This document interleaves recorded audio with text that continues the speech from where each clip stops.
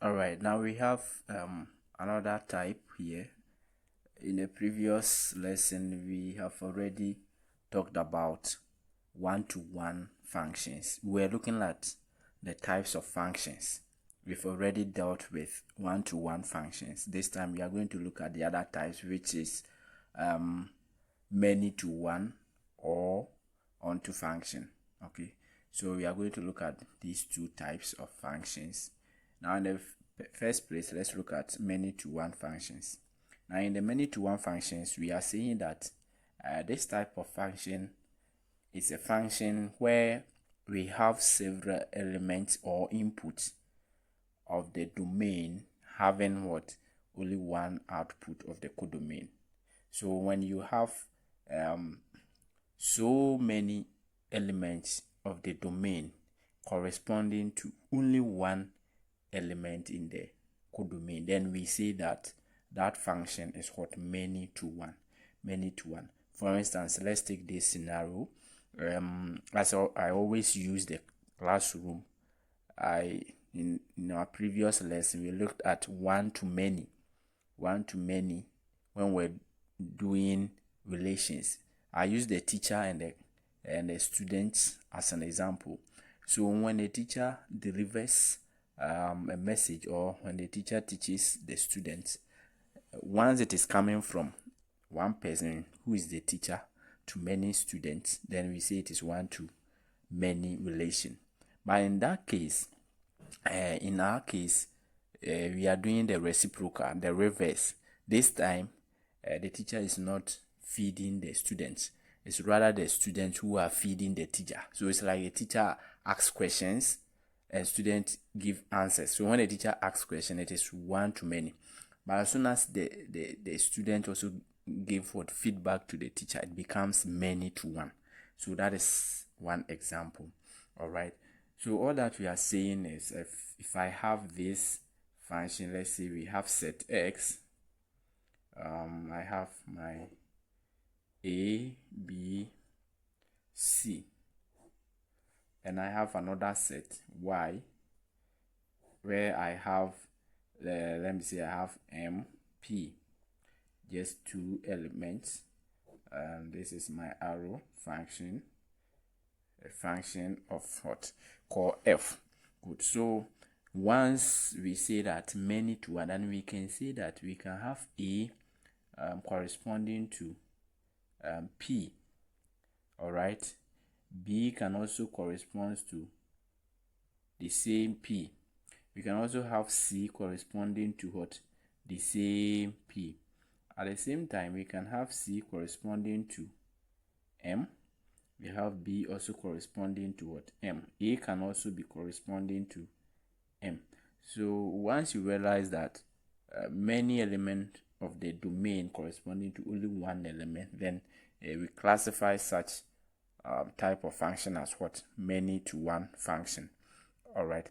Now let's look at some examples of many to one function. So we can talk of quadratic function, yes, or we can call it what? Squaring what? Functions, when we have square functions, or sometimes some quadratic functions can also be what? Many to one. Though not all quadratic functions are many to one, we have some of them which are many to one. So in that case, we can say that what? We can talk of square functions. Let's say I have this f at x is equal to x squared. I can also have f at x is equal to, let's say, x squared minus 1. These examples are what we call what is squaring functions, or we can say they are quadratic functions. All right. So we are going to test these two and see whether these are many to one function. Let me give a set of domains. Let's say we have this set of domains. So I'm going to give -2, -1, and I will give 1 and 2. So I'm going to use these elements to test whether we can say that these functions, which are squaring functions or quadratic functions, are many to 1. So what we do is that once you are given the domain, then remember in our previous lesson we said that this element you see here is the image of x, this x here, and this f at x is the hot functional value. It can also be the image. So once you have the domain, you only need to substitute your values. So it means you are going to substitute these values for x, and whatever you get becomes your image of what? These values. So if my x is equal to -2, then f at -2 gives me what? So I have -2 squared, because the function says we should square it. So I'm going to square it, which gives me what? So I can have 4. All right. Now let me take when x is equal to -1, then I can have this as -1 squared, which gives me 1. All right. Then let me take when x is equal to 1, then my function becomes what? 1, which is equal to 1 squared, and also gives me 1. When x is equal to 2, then I'll put it here like this and work out. Okay, so we have 2 here, which gives me 2 squared, and that gives me 4. Once you have this, we can draw arrow diagram, or we can use the arrow diagram to determine whether it is many to 1. So all these values are our domain. We are going to represent these values as our domain, and all the answers that we have gotten represent what? The codomain. So for my values, I can start with, let's say I have my x values, which are -2, -1, 1 and 2. All right. Then I have my values here. So you see that I have 4, 1, 1 and 4. Since we have 2 of the 4s and 2 of the 1s, so I'll just write only one of them, okay, to represent them. Yes, then I have my y. So let's write their corresponding value. Let's look at when we test, we substituted -2. What did we get? So this -2 give us 4. So it means that this corresponds to 4.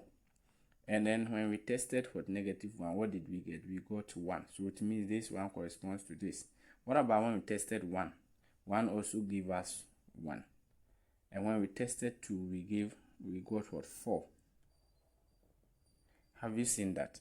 So you realize that many numbers, more than one element in the domain, correspond to only one. So you realize we have -2 and 2 corresponding to only 4, which is 1. And we have only -1 and 1, 2 different numbers also corresponding to what? Only 1. This makes what? The function what? Many to 1. You can test of this one as well and see if you get the same thing, then it means that this function is also what? Many to 1. So when we talk of many to 1, these are some of the things that we can look at. All right, good. So this is many to 1 function. Now let's look at the other type, which is what? Onto function. Let's look at onto function. What it is? Okay, so let's look at onto function. Okay, in other words, we say what is called what? Surjective function. So where we say onto function, you can also talk of surjective function. So in a question, when you are asked of surjective function, know that we are asking you about onto function. It's also like when we are talking about one-to-one, we say that injective function. There are times that we may use injective as what? One-to-one function, and there are times that we can also use what? Surjective as onto function. So know these differences.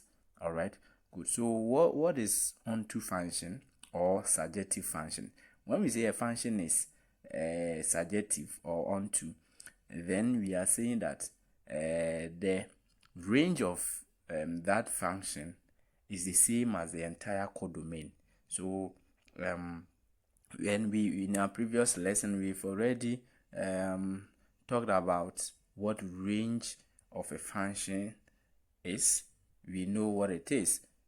We said that the range of a function, they are the images of what? The x values of the function. Okay, so once you realize that you have a function where the range is the same as the codomain, then we say that that function is surjective or onto function. So let's look at these two examples. Let's look at them and see if we can call these onto function or surjective function. All right, let's look at these two examples. Great. So let's look at these two examples. All right. So the first one, we have the element of the domain, which are 1, 2, and 3, and we also have the element of the codomain, which are 4, 5, and 6. So we realize that each of the elements of the codomain has what corresponding element of the domain. Okay, so these are the range. Okay, and they are the image of these values. Okay, so these values are the range. Now when we ask you also to tell me what are the codomain, you see that the entire element here, they represent the codomain. So when we say codomain, we are talking about the 4, 5, and 6. The same way when we talk of the range, we are talking about once each of the elements you see here have corresponding element in the domain, then these are classified as what? The range. Since the range and the codomain are the same, then we say that this function f is what? Onto or surjective function. All right, now let's look at the example 2. So you see that here we have a, b, and c as our hot domain, element of the domain, and we have m, o, p, q as the element of the codomain. Okay, so let's check whether each of the element of the codomain has corresponding element of the domain. So we have m here, which is the image of a. We have o here, which is the image of what? C. Let's look at the p. Does the p has a corresponding value? No. What about the q? Q is the image of what? B. So it means that this p, which doesn't have any corresponding entity, okay, as the domain, it doesn't what? Qualify to be a range. Okay, it doesn't qualify to be a range. So in the example 2, when I say write the range, this will be my range, m, o, and what? Q. I will not add p because p doesn't have corresponding. And remember we said that before we can say it is a range or image, it must have a corresponding element. All right, good. But when I say write the codomain, you are going to write this for me. Okay, good. So you realize that the range, so this is range and then codomain. Good. So once you see that the range and the codomain are not the same, then we can classify this example as what? Onto function. I think it is very clear to understand this thing. All right, so that is all about onto function. Okay, great. So this brings us to the end of today's lesson. We've looked at many to one function and onto function, which is the same as surjective function. All right, good. So we are going to look at the other types in our previous in our next video. Okay, we are going to look at even and odd functions as well, which they are also types of what? Functions. All right, okay. Now I'm your facilitator, Evans. Okay, this is Maswi's TV. Don't forget to subscribe, like, and share the videos. So see you next time in our next video. Thank you. Bye bye.